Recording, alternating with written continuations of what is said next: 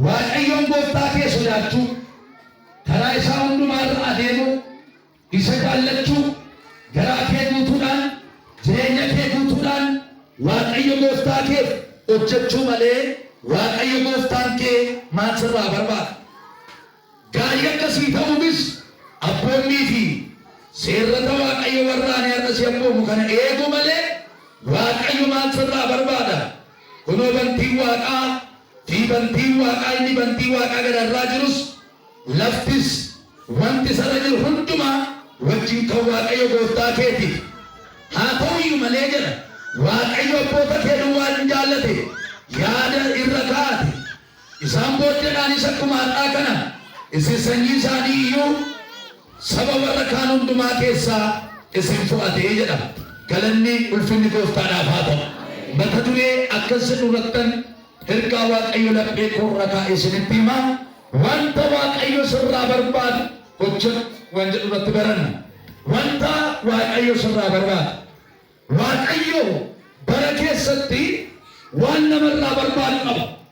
Nuyi akkuma waaqayyo irraa waa barbaadnu waaqayyo sunurraa waan barbaadu qaba. Gooftaan keenya wangeela Luqaas boqonnaa 6:46 olaaltan waan isinitti hime utuu hin godhin maaliif gooftaan jettu? Waan isinitti himu raawwadhaa'ee waaqayyos waa barbaada namarraa jechuudha. Bara kana waaqayyo waa barbaadee dhabe natti fakkaata. Salallaburraa, sawaldaanufurraa, xinnaarraa, guddaarraa waaqayyo waan eegu qaba, waan barbaadaa jiru qaba. Kanaaf kutaa kana keessatti macaafa keessa deebii macaafota seeraa kan barreesse Musee jedhamee amanamaa. Haa ta'u malee keessa deebi'ee waaqayyo saba isaatti dubbata kutaa kana. Macaafni keessa deebii seera dura kennan. Keessa deebi'ee waaqayyo ijoollee isaa saba isaa yaadachiisa. Mee nama si cinaatti garagala waaqayyo keessa siif haa deebi'u jedhame. Yeroo tokko tokko waaqayyo keessa namaa deebi'ee gaariidha. Keessa deebii kana keessatti hammas yaa Israa'el jedhe duras waan itti hime qaba Israa'elitti.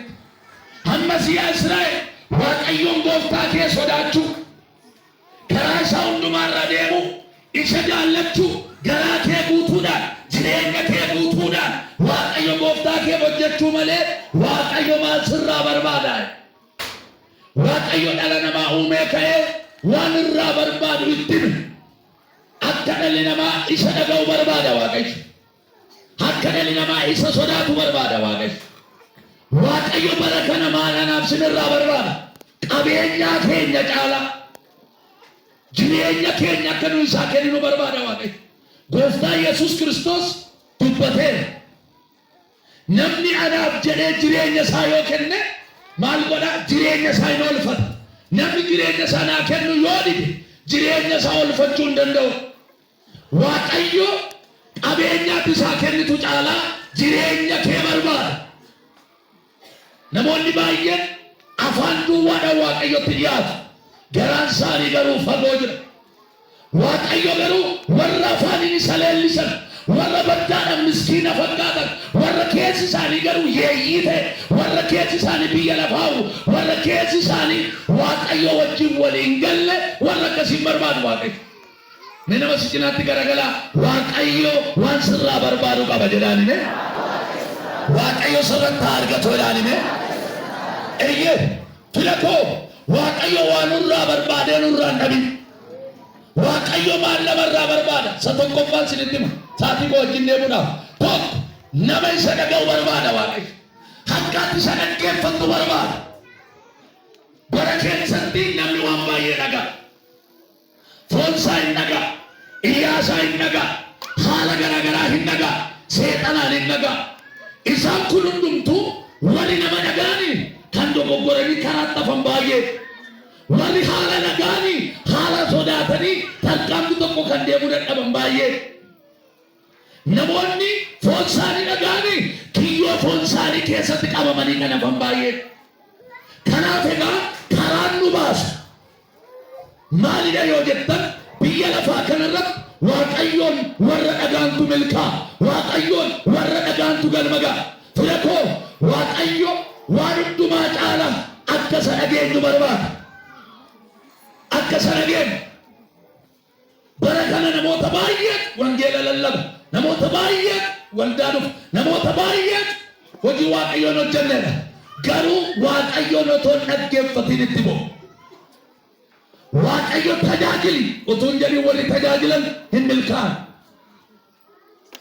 Waaqayyo hin tajaajilin tajaajili gaafa jedhu adeem ida deemin gaafa jedhu yoo adda baasee dhaggeeffate namni tokko hin milkaa'a jechuudha. Waaqayyo dhala namaa uumee ka'ee dhalli namaa isa dhaga'amoo isa dhaga'u kan adda baasuudhaaf jecha muka hamaaf gaarii ittiin adda baasantu Eden Gannat keessa dhaqee kaa'e. Maaliif? Isa kana nyaatina yoo nyaatta hin duutuu jedhe. Dhalli namaa garuu isa Waaqayyo jedheen kana isa Waaqayyo irraa barbaadu kana hin dhageenye. Utuu dhaga'anii hin nyaatan, utuu dhaga'anii ittiin bu'an. Waaqayyo hojjedhaa, kunuunsaa, eegaatii itti fayyadaman. Isaan garuu isa dhiisanii asaasa seexanaa dhaga'an. Koo Waaqayyoon dhaga'uun isaan irra jiru seexanaan dhaga'an jechuudha. Nama si cinaatti naa garagalii utuu Waaqa dhaga'uun sirra jiruudhaani seexana dhageessa taanaan badiin kee yeroo dhiyootii jedhaani itti naa hima. Warri Waaqayyoon dhaga'an bara keessatti hin badan. Warri seexanaan dhaga'an ganama isaan ilaala, galgala isaanis ilaala. Waaqayyoon dhalli namaa utuu dhaga'eera ta'e hin salphatu, hin yeella'u. Ciniinsuun ittiin dhufu ture. Hin abaaramu sababii isaaf laftuu ture. Seera Uumamaa boqonnaa 3 dhaqaa ilaala. Seera namicha jalqabaa Addaam jedhamutti as hin geesse. Waaqayyoon dhaga'uu dadhabuun rakkinatti nu galche. Waaqayyoon dhaga'uu dadhabuun abaaramaa nu godhe. Waaqayyoon dhaga'uu dadhabuun du'a yeroo malee nutti fide. Har'as dhaloonni Waaqayyoon hin dhageenye waldaa keessatti baay'achaa jiru. Biyya keessatti baay'achaa jiru. Kwaarii gidduutti waa baay'achaa jiru. Harka keetti ol kaas. Waaqa dhaga'uu dadhabuu keerra kan ka'e maqaa Yesuusiin balballi soom si nyaati. Ameen jedhi si nyaati. Yaa Waaqayyo jedhamee kee keelaati. Akkas si dhaga'u jedha. Nagari gaarii jedha. Ameen. Iyyi warri Waaqayyoon dhaga'an foon isaanii dhaga'an. Biyya lafaan dhaga'an. Mataa isaanii dhaga'an jechuudha. Waaqayyoon dhaga'uu dadhabuun har'an fakkaatu. Namoota baay'ee goodaa diriirseera reeffa isaanii. Har'ayyuu macaafni qulqulluun namatti himaa jira. Namni baay'een abbaa dhaga'uu dhiiseera.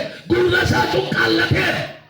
Waan Waaqayyo irraa barbaadu hojjechuu erga dhiisee hoolee buleera. Waldaa hin dhufaa waan Waaqayyo irraa barbaadu hojjetu namni baay'ee. Waldaa dhufuu fi waan Waaqayyo namarraa barbaadu hojjechuun gargari. Mee akkas jedhani waan sirraa barbaadu beektaa naa jedhaan itti godhe. Waan sirraa barbaadu qabadhaani. Birrii kee caalaa naa jedhaani. Akkaatti isa dhageessu barbaadadhaani. Biyya lafaa kana caalaa haadha manaarra namni birrii jaalata. Hollaarra obboleessarra birrii jaalata. Gooftaan kana beekeetu garbichi tokkichi waan lamaaf bitamuu hin danda'u. Anaaf seexanaaf hin jenne, anaaf horiidhaaf. Dhalli namaa Waaqa godhatee kan itti bulaaru horii. Namni baay'een ammoo too horii argatee milkaa'e waldaan dhufu. Too amma abbaanuma feesarii abbaanuma makiinaa si godhame biiziidhaan mukan fe'uu deeme. Midhaanan fe'uu deeme, dinnichan fe'achuu deeme. Waaqayyotti eeyyamanaa himaan. Mana taa'e. Namni tokko mana taa'e tasiraatee hin barbaachisu. Waaqayyoon dhaga'i. Baratti dhaloonni Waaqayyoon dhaga'uu dhiisee mataa isaa dhaga'utti deebi. Namni otoo walii isaallee dhaga'e immoo bareedaadha yoo amma ta'e. Namni hundi hamaa nama gorsu waan ta'e. Namayyuu dhaga'uu dhiise. Haati ilmoon haadha erga dhaga'uu dhiistee oolee buleera. Nama meeqa amma ijoollee keessan kan akka garaa keessanitti ergattan sin dhageessiidhaan bara dhumaa. Haati manaa geessi dhageessi. Abbaan manaa haati manaa wal dhaga'u. Jaarsi waldaa wal dhaga'a. Tajaajilaa wal dhaga'a. Namni wal dhaga'u erga dhiisee oolee buleera. Namni gaafa Waaqayyoon dhaga'uu dhiisu walii isaan dhaga'u. Dhageessanii wal waamulloo too wal bira jiru waliin argu. wali nagau harka keessa lolkaasa waaqayyoon nagauudha waaqayyo sinaaye waaqayyo anaaf sinirraa kan barbaadu firamoo harka nuti isa dhaggeeffannu barbaadu bara wanni callisu ga'aa jira hin kadhadhaatiin hin iyyitaa deebisiilla amma bara akkasirra jira namni kadhanne jiru amma hin kadhata namni baay'een kadhannaa isaa deebiin qabu maa yeroo sitti beetti toleen jennu kanaaf hin callisu akka warra Israa'eloonni yeroo tokko waaqayyo bakka inuma tsoomna homaa didee waaqayyo gurra koo duudaa seetane gurri koo gurra namaa miti waan sin gootan arguu wallaaleen seetanii inuman argaa anaaf sin gidduu maggaarrajaa wayii gale malee inni ka'uu qaba gaafa sani gara keessa nan dhufe hin tsoomne jecha bultoo haadha hiyyeessaa saamtu jedhe mana waaqaa dhaquun dhiiftan ejja keessan garuutti fufu haleluyaa hin qabdu garuu cubburraa moo deebitan ergala dhaga'uudhiistanii oltanii bultanitti waan ta'eef anis kanattan otoo gurra qabu sin jalaa dide harka kee ol kaafadhu meesuutu yaa waaqayyo dhaloota sidiyyuu kana jalaa hin didin na dhagaa jechaan jirtaa nama si dhaga'u kana naa gargaar yeesoo fayyitee baata amma inni namoota baay'eedha kaan yeroo hin dubbadhu naara kaan immoo hin gammadu waaqan sirraa barbaada na dhaga'isiin jedhe darajjee dhaga'uu dhiisu mirga qabdes raatonni darban kan akka Hisqeel kan akka Ermiyaas namannu dhaga'uu dideedhanii tajaajila isaanii dhiibu ittuma fugan waaqayyo Hisqeel naaf hawame jarri itti seetu dubbii kenna gaan yoo dhaga'anis yoo dhaga'uu baatanis lallabeedhe dhageessanii nama maal dhalli si dhaga'uu dhiisuu dandeessi badaan dhiphatin waaqa duwwaa dhaga'i waaqayyoon dhageenyaa waaqayyo sii dhageessisa waaqayyoon dhaga'i sii dhaga'ama ameen jettanii waan sirraa barbaadu sagan amma kadhannaa oo ta'e warri waan hin beekne karaarra deemanii hangatin jechaa deemu kadhannaa waaqa wajjin wal beekanii neetwoorkii ofii sirreessanii waan ina wajjin jira ani waaqa wajjin jira na dhagaa ani isa dhagaa amma yeroo baay'ee nu waaqayyo na jalaa dhidee nan dhaga'uwenna nu isa dhageenya waaqayyo isa jalqabaa eenyuun barbaada oo jettan warra isa dhaga'u barbaada lammaffaa waaqayyo eenyuun maal lamarraa barbaada wottan akka isa sodaannu barbaada yeroo seeqanni waaqa sodaatu namni waaqa sodaachuu dadhabe addunyaan kun otoo du'aa jirtuu waaqa sodaatan jirtu amma dhalli namaa sodaa keessa jiru amma bada kaan waaqayyo waaqa waan ta'eef sodaatama yoo barbaade lejjeessa yoo barbaade jiraachisa yoo barbaade sammuu ati ittiin hojjedhu siif keessaa fuudhee akka Nebukadnezar waggaa 7 marga isa nyaachise sammuu isaa beekumsa isaa abdate waan ta'eef ani waan akkanaati guyyaa tokko waaqayyo Ermiyaasitti dubbata namicha suphee dhawwile dhaqeen suphee hojjetaa yoo tuma hojjetu harkatti badde cabsee dura okkotee yoo yaade deebisee bira distee hojjeta waan barbaade godha harka namichaa keessa waan ta'eef arkiteektaa maalirraa barattee jedhe waan barbaade godha harka isaa keessa jira waan ta'eef sabni kun harka koo keessa jiran addeebii sittanii maali hakkan barbaade isaan gochuu nan danda'a halkan tokkotti mootii muude halkan tokkotti shaaruu nan danda'a ani waaqayyoodha haleluuyaa mirga keessa lol kaasaa inni waaqayyoodha yaadi kayye yoo barbaade maraacha yoo barbaade lajjeessa yoo barbaade du'a keessa oolcha yoo barbaade mul'isa yoo barbaade noksa yoo barbaade ulfeessa yoo barbaade salphisa waaqayyo yeroo orma salphisu si'a ulfeessa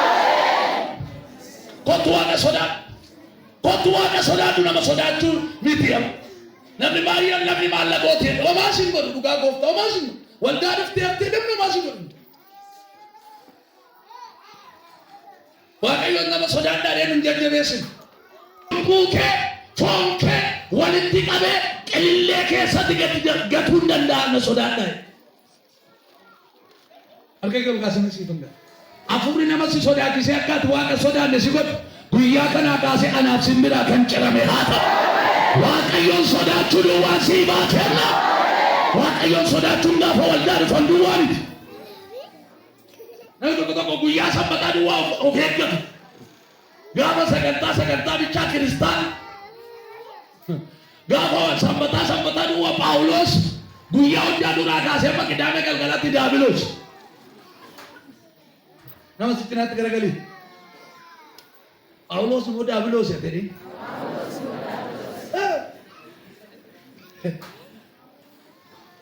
Amantuu jiru kutii yoo kiristaana fakkaata baay'eessa. Ani waaqa sodaadhan. Ani waaqa sodaadhan immoo beekta arraba shiirraa arraba saarra. Ani waaqa sodaadhan. Ani waaqa sodaanne waan nanuu isa hookin jee. Tokko namni waaqa sodaatu wangeela waliin dhiibu. Namni waaqayyoon sodaatu biyya lafaa fakkaatu. Namni waaqayyoon sodaatu seexana wajjin hin oolu, seexana wajjin hin bulu. Harka keessan ol kaasaa. Hafuurri waaqayyoon akka sodaattu si godhu gara kee haadhafa. Dargaggoota gidduudha waaqayyoon sodaachuun madaarte. Inni tajaajilu waaqa sodaachuun dhiisaa. Ni bakka miseensi waldaa bakka miseensa koo guuttadhe min chikkiraallee iddoo awwaalaa argadhaa. Iddoo awwaalaatiin waldaan dhufina. Waaqa guddaa kana jireenya barabaraa dhaaluudhaaf mana waaqaa kottaa. Maabara waldaa ganda ta'uu duwwaadhaan dhufina. Waaqayyo waan sirraa barbaadu qaba. Na sodaadhu siin jechaa jira. Hojii keerratti na sodaadhu. Gaa'ila kee na sodaadhu. Waaqayyo barbaade iyyatti ilaaltu kan hin cufa. Oosaan beeku waaqa. Sammuu ati qabattu duwwaa godheen bakka kophaa deemu. Kophaa isaa akka deemtu godhu. Namni iddoo sodaan addabaabayitti qullaayaatu adabamaa jirti irra hin galle. Ibiddi beekamne magaalotatti qabataa jira. Sochii gurguddaan geggeeffamaa jira. Gamoonatti ilaaltu lafatti dhidhimaa jira baay'een. Maali? Kan harka waaqayyoo keessan. Barri kana boodaa fooyya'aa deemettee yaadi. Cimaa deema macaafa qulqulluu dubbisaa. Rakkinni baay'achaa dhufa. Garuu warri waaqayyoon sodaatan. Akkeena Milkiyaas boqonnaa fuulirraa macaafa raajicha Milkiyaas dhumaa seera kakuu moofaa keessatti jechuudha. Sabarraa'i guyyaa gooftaa gaafa ga'u warra maqaa koo sodaataniif aduu qajeelummaatu isaanii ba'a. Ilaa gaargachuu olkaas bara ormatti dhi'ee gadi deemu bara ormi dukkana keessa lixee waan godhu wallaalee iyyuu sii biiftuun araaraa biiftuun fayyinaa maqaa Yesuusiin siif haa ba'u.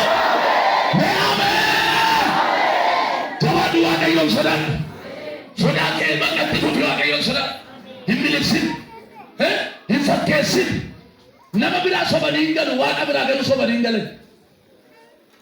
Haadha warraa kee riyaa kee gooddeenyaa kee jaarsa waldaa nattaallalta waaqa garuu attaallaluun hin danda'amu. Fira kee ollaa kee warra wajjin buna dhugdu kun hojii koo bitatti attaallaluu dandeessa. Garuu warri waaqayyoon sodaatan yoo balleessaniyyuu nan balleesseedhu harka folgaas waaqayyo aanaaf saba kanaaf sodaa kennu guutu. Namni kun sodaacha mana waaqaa dhufee maaliif hin fayu? Maaliif hin eebbifamu? Amma namni waltajjii irratti warreebutti ga'ameera. Namni waaqayyoon sodaachuu dhiise. Waltajjii waaqa irratti shimalaa wal dabadda. እግዚአብሔርን የማይፈሩ ባየተሊሩ ወልዳ ኬስ እንደ ተመኔ ቤት ይራው ፈገዳ ያደጎፍተና ነመስጭናት ገለገለ ሰይጣን ቃለ ነመራው ፈገዳኒ ሰይጣን እኮ መቃዋቀቱ አምነን ነበበደና ሰልበደና ካዳንከ ያቺ ዛሬ ነመጋ ውልፋታ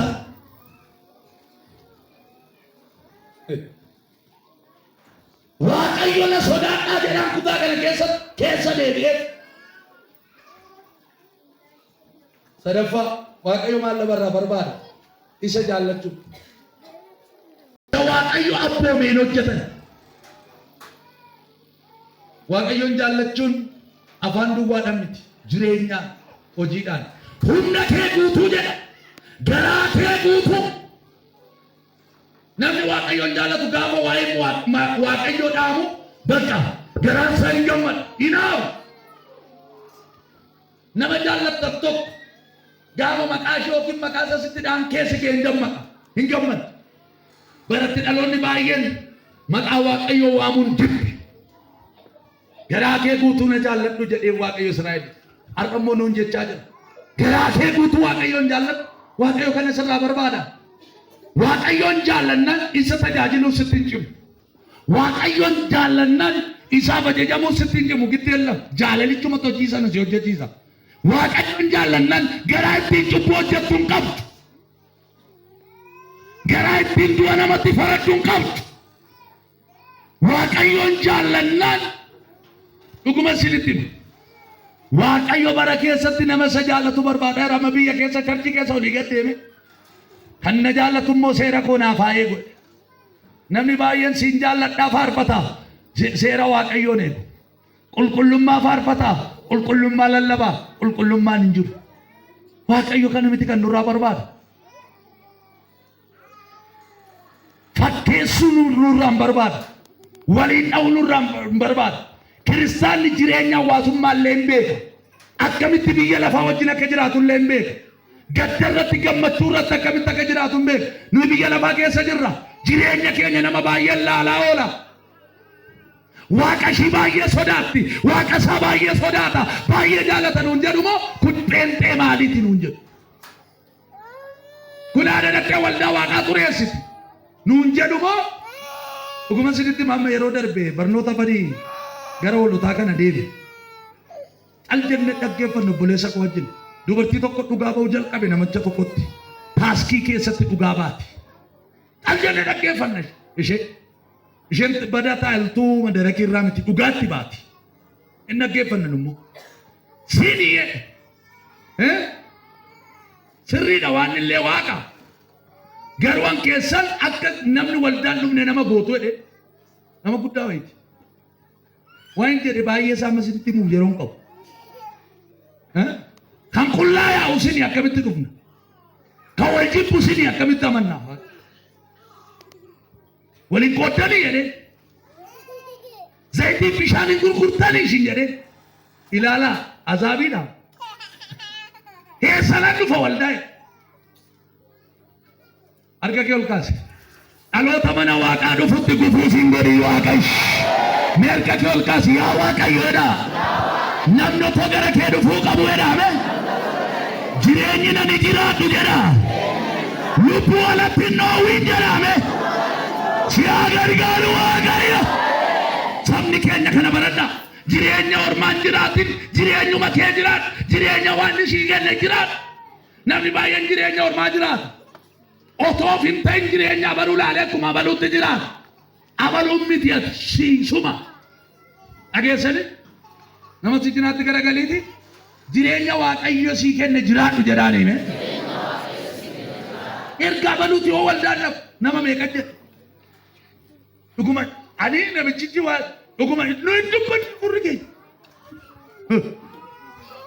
Hafaan nu luugabame akkatti dhugaa baanuu dhabne amma.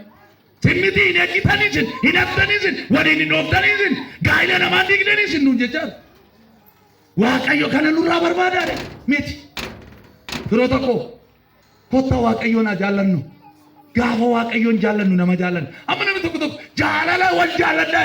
Yoo Waaqayyoon jaallate namni tokko dandeetuma nama hin jiru. Bakka kan dursu Waaqa jaallachuu. Mee nama si cinaatti garagalaati Waaqa jaallannaan dandeessee nama hin jibbitu dhaane. Bakka otoo Waaqa jaalatin nama jaallachuun hin danda'a. Na jaalladhaa kana isinirraa barbaadudha. Bakka saba Waaqa jaalatu gana waa itti muunuun barbaachisu. Kana godhaa maaloo san godha hin jettuun. Jaalalatu yeroo kennisiisa. Jaalalatu lubbuu namaa kennisiisa. Jaalalatu gamoo nama kennisiisa. Lafa nama kennisiisa. Dhalayyuu hin kennita gaafa Waaqayyo hin jaallatu. Hin argine Abiraam. Ala jaalatamoo ana jaalata jedhee Waaqayyo